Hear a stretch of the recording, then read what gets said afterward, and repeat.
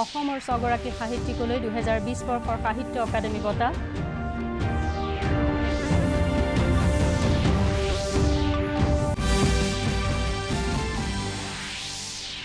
অসম বিধানসভাৰ দ্বিতীয় পৰ্যায়ৰ নিৰ্বাচনৰ বাবে মুঠ 202 গৰাকী প্ৰাৰ্থীৰ মনোনয়ন পত্ৰ দাখিল। তৃতীয় পৰ্যায়ৰ নিৰ্বাচনৰ বাবে আনুষ্ঠানিক অধিসূচনা জাৰি।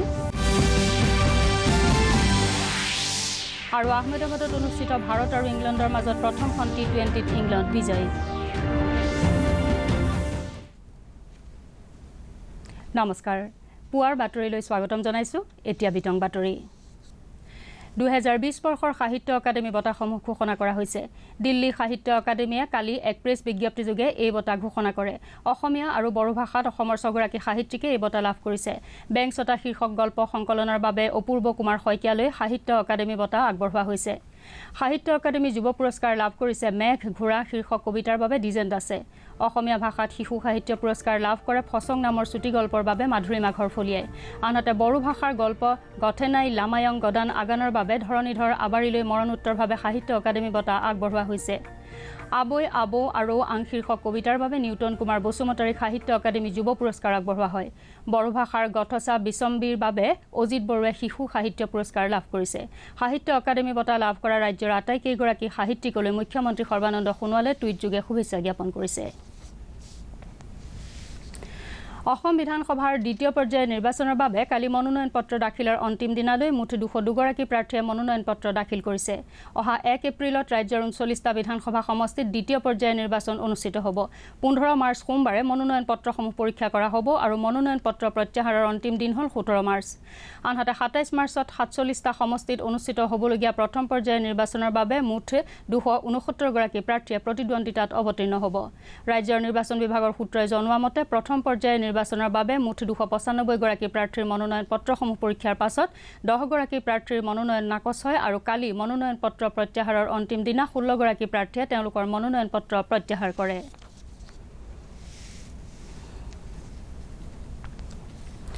অসম বিধানসভাৰ তৃতীয় পৰ্যায়ৰ নিৰ্বাচনৰ বাবে কালি আনুষ্ঠানিক অধিসূচনা জাৰি কৰা হয়। 6 এপ্ৰিলত ৰাজ্যখনৰ 12খন জিলাৰ 40খন বিধানসভা আসনৰ বাবে তৃতীয় তথা অন্তিম পৰ্যায়ৰ ভোটগ্ৰহণ অনুষ্ঠিত হ'ব। 6 এপ্ৰিলৰ দিনা অসমৰ উপৰিও পশ্চিমবংগৰ বিধানসভা নিৰ্বাচনৰ তৃতীয় পৰ্যায়ৰ আৰু কেৰালা তামিলনাডু তথা কেন্দ্ৰীয় শাসিত অঞ্চল পুডুচেৰীত এটা পৰ্যায়ত ভোটগ্ৰহণ অনুষ্ঠিত হ'ব। ইফালে অসমত প্ৰথম পৰ্যায়ৰ নিৰ্বাচন 27 মাৰ্চত আৰু দ্বিতীয় পৰ্যায়ৰ ভোটগ্ৰহণ 1 এপ্ৰিলত অনুষ্ঠিত হ'ব। মনোনয়ন পত্ৰসমূহ অহা সোমবাৰে পৰীক্ষা কৰা হ'ব। উল্লেখযোগ্য যে ৰাজ্যখনৰ প্ৰথম পৰ্যায়ত 47খন আৰু দ্বিতীয় পৰ্যায়ৰ নিৰ্বাচনত 39খন আসনৰ বাবে ভোটগ্ৰহণ কৰা হ'ব। প্ৰধানমন্ত্ৰী নৰেন্দ্ৰ মোদীয়ে কয় যে দেশৰ সফলতাসমূহে অকল দেশখনকেই নহয় সমগ্ৰ মানৱ জাতিক উপকৃত কৰাৰ লগতে মানৱ সমাজত আশাৰ সঞ্চাৰ কৰিছে। প্ৰধানমন্ত্ৰীয়ে কালি আহমেদাবাদৰ সবৰমতী আশ্ৰমৰ পৰা দেশৰ স্বাধীনতাৰ 75 সংখ্যক বাৰ্ষিকী উদযাপনৰ আৰম্ভণি হিচাপে আজাদী কা অমৃত মহোৎসৱৰ শুভাৰম্ভ কৰি এই বিষয়ে প্ৰকাশ কৰে। প্ৰধানমন্ত্ৰীয়ে সবৰমতী আশ্ৰমত ঐতিহাসিক দাণ্ডী যাত্ৰাৰ দিনটোৰ সোঁৱৰণত পতাকা জোকাৰি সবৰমতীৰ পৰা দাণ্ডীলৈ পদযাত্ৰাৰ শুভাৰম্ভ কৰে। তেওঁ কয় যে গান্ধীজীৰ লোণ সত্যাগ্ৰহৰ লোণ শব্দটো আত্মনিৰ্ভৰ ভাৰতৰ প্ৰতীকী ৰূপত উদ্ভাসিত হৈছে আৰু লোণ সত্যাগ্ৰহৰ জৰিয়তে স্বাধীনতা সংগ্ৰামৰ ঐতিহ্যৰ বিষয়ে জনসাধাৰণক সজাগ কৰি আহিছে। আত্মনিৰ্ভৰ ভাৰতৰ ধাৰণাই বিশ্বক বিকশিত কৰাত বিশেষ ভূমিকা গ্ৰহণ কৰিছে বুলি উল্লেখ কৰি প্ৰধানমন্ত্ৰীয়ে কয় যে কোভিড-19 মহামাৰীৰ বিৰুদ্ধে যুঁজখনত সমগ্ৰ বিশ্বৰ সৈতে ভাৰতে একত্ৰিতভাৱে সহযোগ কৰি আহিছে। প্ৰধানমন্ত্ৰীয়ে আজাদী কা অমৃত মহোৎসৱ উপলক্ষে এটা বিশেষ ৱেবছাইট মুকলি কৰে।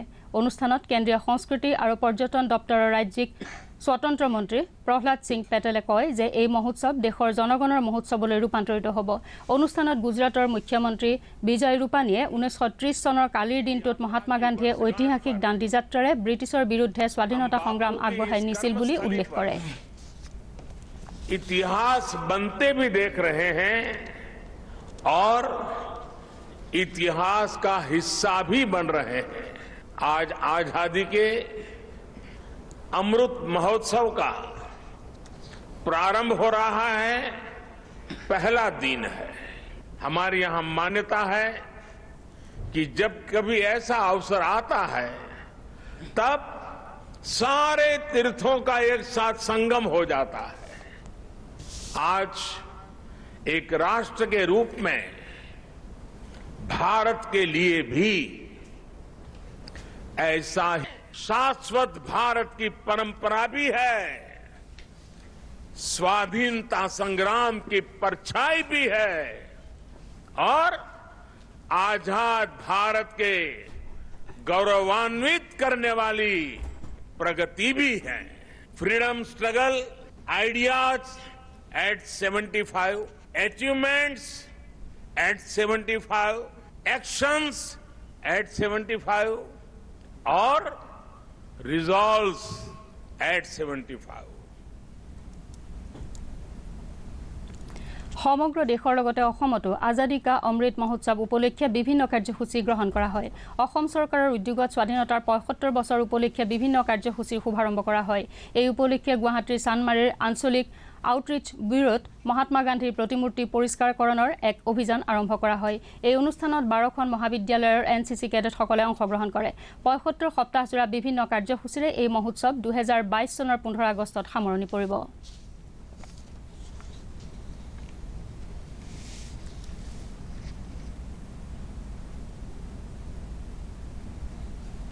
আনহাতে স্বাধীনতাৰ ৭৫ বছৰ উপলক্ষে অসম চৰকাৰৰ সাংস্কৃতিক পৰিক্ৰমা বিভাগ আৰু জনসংযোগ বিভাগৰ যুটীয়া উদ্যোগত শংকৰদেৱ কলাক্ষেত্ৰৰ কলাবিথিকাত 5 দিনীয়া কাৰ্যসূচীৰে চিত্ৰ প্ৰদৰ্শনী অনুষ্ঠিত হৈছে।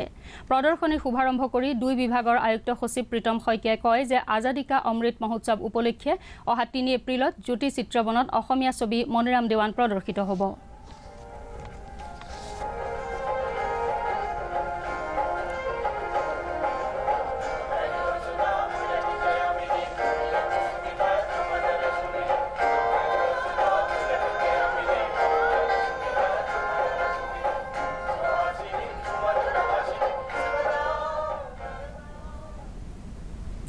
অহা 1 এপ্ৰিলত অনুষ্ঠিত হ'বলগীয়া দ্বিতীয় পৰ্যায়ৰ নিৰ্বাচনৰ বাবে ৰঙিয়া সমষ্টিত কালি মুঠ 5 গৰাকী প্ৰাৰ্থীয়ে মনোনয়ন পত্ৰ দাখিল কৰে। ইয়াকে লৈ ৰঙিয়া বিধানসভা সমষ্টিৰ বাবে মনোনয়ন পত্ৰ দাখিল কৰা প্ৰাৰ্থীৰ সংখ্যা 8 গৰাকীলৈ বৃদ্ধি পালে। ইফালে কমলপুৰ সমষ্টিৰ বাবেও কালি 3 গৰাকী প্ৰাৰ্থীয়ে মনোনয়ন পত্ৰ দাখিল কৰে। কমলপুৰ সমষ্টিত মনোনয়ন পত্ৰ দাখিল কৰি কংগ্ৰেছ প্ৰাৰ্থী কিশোৰ ভট্টাচাৰ্যই কয় যে সমষ্টিটোৰ উন্নয়নে হ'ব তেওঁলোকৰ দলৰ মূল নিৰ্বাচনৰ বিষয়।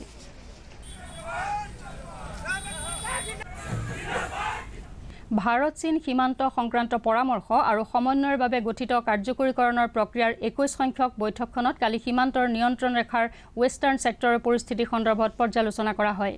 কালি আলোচনাত ভাৰতীয় প্ৰতিনিধি দলটোক নেতৃত্ব প্ৰদান কৰে বৈদেশিক পৰিক্ৰমা মন্ত্ৰালয়ৰ অতিৰিক্ত সচিবগৰাকীয়ে। আনহাতে চীনা প্ৰতিনিধি দলটোক নেতৃত্ব দিয়ে দেশখনৰ বৈদেশিক পৰিক্ৰমা মন্ত্ৰালয়ৰ সীমান্ত আৰু সামুদ্ৰিক বিভাগৰ সঞ্চালক প্ৰধানগৰাকীয়ে। দুয়োটা পক্ষৰ আলোচনা কালত পেংগং হ্ৰদৰ উত্তৰ আৰু দক্ষিণ পাৰত চলি থকা সৈনিক হ্ৰাসকৰণ প্ৰক্ৰিয়া যিমান পাৰি সোনকালে সম্পন্ন কৰা বিষয়ত সন্মত হয়। আলোচনাত যোৱা বছৰৰ ছেপ্টেম্বৰ মাহত মস্কোত দুয়োখন দেশৰ মাজত হোৱা আলোচনাৰ প্ৰস্তাৱসমূহৰ ৰূপায়ণ প্ৰক্ৰিয়াক আগুৱাই নিয়াৰ বিষয়তো সহমতত উপনীত হয়।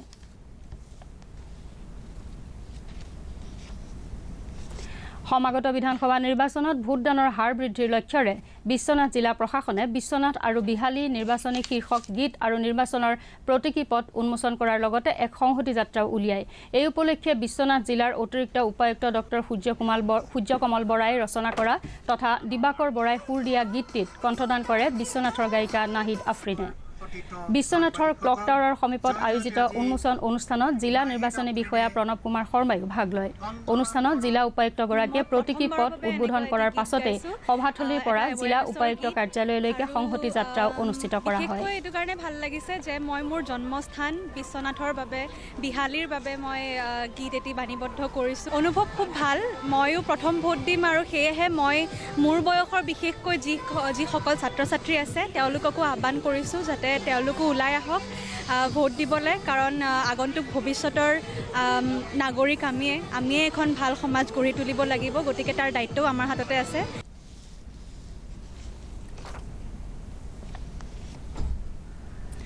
যোৰহাট জিলাৰ 5টা সমষ্টিৰ নিৰ্বাচন সন্দৰ্ভত জিলাখনৰ উপায়ুক্তগৰাকীয়ে কালি এখন সংবাদমেল অনুষ্ঠিত কৰে। এইবাৰ জিলাখনৰ 5টা বিধানসভা সমষ্টিৰ বাবে মুঠ 20 জন প্ৰাৰ্থীয়ে প্ৰতিদ্বন্দ্বিতা কৰিব। জিলাখনত মুঠ ভোটাৰৰ সংখ্যা হৈছে 7,56,856 গৰাকী। ইয়াৰে ভিতৰত পুৰুষ ভোটাৰৰ সংখ্যা 3,76,865 আৰু মহিলা ভোটাৰৰ সংখ্যা 3,79,991 গৰাকী। নিৰ্বাচন উপলক্ষে জিলাখনত প্ৰশাসনে কেতবোৰ বিশেষ ব্যৱস্থা গ্ৰহণ কৰা বুলিও সংবাদমেলত প্ৰকাশ কৰে। candidates, TO Kelesit 5 kon candidates, Titabor Elesit 4 kon candidates, aru Moriani Elesit 3 kon candidates. Only one withdrawal in the district. Moriani LACৰ পৰা শ্ৰী অখিল গগৈয়ে withdraw কৰিলে তেখেতৰ candidature-টো। So মুঠ 20 জন candidates-টো খেলিব এইবাৰ নিৰ্বাচন যোৰহাট জিলাত। আহমেদাবাদৰ নৰেন্দ্ৰ মোদী ষ্টেডিয়ামত ভাৰত আৰু ইংলেণ্ডৰ মাজত যোৱা নিশা অনুষ্ঠিত প্ৰথমখন T20 খেলত ইংলেণ্ড 8 উইকেটত জয়ী হৈ শৃংখলাত 1-0 অগ্ৰগতি লাভ কৰিছে। প্ৰথমে বেট ধৰি ভাৰতে 7 উইকেটত 124 ৰান কৰাৰ প্ৰত্যুত্তৰত ইংলেণ্ডে 15.3 অভাৰত এই লক্ষ্য অতিক্ৰম কৰি জয়ী হয়। খেলখনত ভাৰতৰ হৈ শ্ৰেয়স আয়াৰে 48টা বলৰ 67 ৰান কৰাৰ লগতে ঋষভ পন্তে 26 আৰু হাৰ্দিক পাণ্ডিয়াই 19 ৰান কৰে। ইংলেণ্ডৰ হৈ জেমছ ৰয়ে 49, জোছ বাটলাৰে 28 আৰু জিনি বেয়াৰষ্ট্ৰয়ে অপৰাজিত 26 ৰান কৰে। মহিলা ক্ৰিকেট খেলুৱৈ মিতালী ৰাজ আন্তৰ্জাতিক ক্ৰিকেটত 10,000 ৰান সংগ্ৰহ কৰা প্ৰথমগৰাকী ভাৰতীয় মহিলা ক্ৰিকেটাৰ হিচাপে পৰিগণিত হৈছে। লক্ষ্ণৌত অনুষ্ঠিত ভাৰত আৰু দক্ষিণ আফ্ৰিকাৰ মাজৰ এদিনীয়া আন্তৰ্জাতিক ক্ৰিকেট প্ৰতিযোগিতাত 36 ৰান সংগ্ৰহ কৰি মিতালী ৰাজে এই অভিলেখ স্থাপন কৰে। আন্তঃৰাষ্ট্ৰীয় মহিলা ক্ৰিকেট খেলুৱৈগৰাকীয়ে এতিয়ালৈকে এদিনীয়া ক্ৰিকেটত ব্যক্তিগতভাৱে 6,974 ৰান আৰু T20 আন্তৰ্জাতিক খেলত 2,364 ৰান সংগ্ৰহ কৰে। 38 বছৰ বয়সীয়া খেলুৱৈগৰাকীয়ে ইতিমধ্যে 10খন টেষ্ট মেচত 663 ৰান সংগ্ৰহ কৰিছে। মিতালী ৰাজে আন্তৰ্জাতিক ক্ৰিকেটত 10,000 ৰান সম্পূৰ্ণ কৰাৰ লগে লগে ইংলেণ্ডৰ চাৰ্লোট এডৱাৰ্ডৰ পিছত দ্বিতীয়গৰাকী আন্তৰ্জাতিক মহিলা খেলুৱৈ হিচাপে পৰিগণিত হ'ল। কিংবদন্তি ক্ৰিকেট তাৰকা শচীন তেণ্ডুলকাৰে মিতালী ৰাজৰ এই সাফল্যৰ বাবে তেওঁলৈ শুভেচ্ছা জ্ঞাপন কৰিছে। স্বাস্থ্য বিভাগৰ শেহতীয়া তথ্য অনুসৰি অসমত এতিয়ালৈকে 4,47,724 গৰাকী লোকক প্ৰথম পালি আৰু 76,905 গৰাকী লোকক দ্বিতীয় পালি কোভিড প্ৰতিষেধক প্ৰদান কৰা হৈছে। আনহাতে ৰাজ্যখনত এতিয়ালৈকে 2,15,041 গৰাকী লোক কোভিডৰ পৰা সুস্থ হৈ উঠিছে। আৰোগ্যৰ হাৰ হৈছে 98.75%। ইফালে মুঠ আক্ৰান্তৰ সংখ্যা 2,17,766 লৈ বৃদ্ধি পাইছে। ইয়াৰে 281 গৰাকী ৰোগী সম্প্ৰতি চিকিৎসাধীন হৈ আছে। এই পৰ্যন্ত ৰাজ্যত 1,097 গৰাকী লোকৰ এই ৰোগত মৃত্যু হৈছে।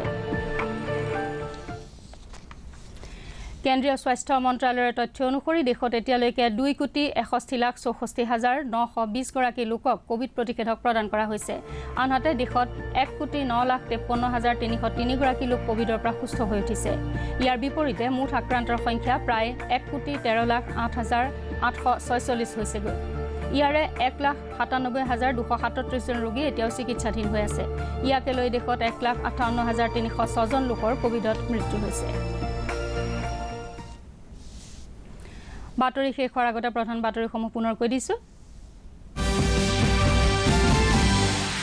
অসমৰ 6 গৰাকী সাহিত্যিকলৈ 2020 বৰ্ষৰ সাহিত্য একাডেমী বঁটা।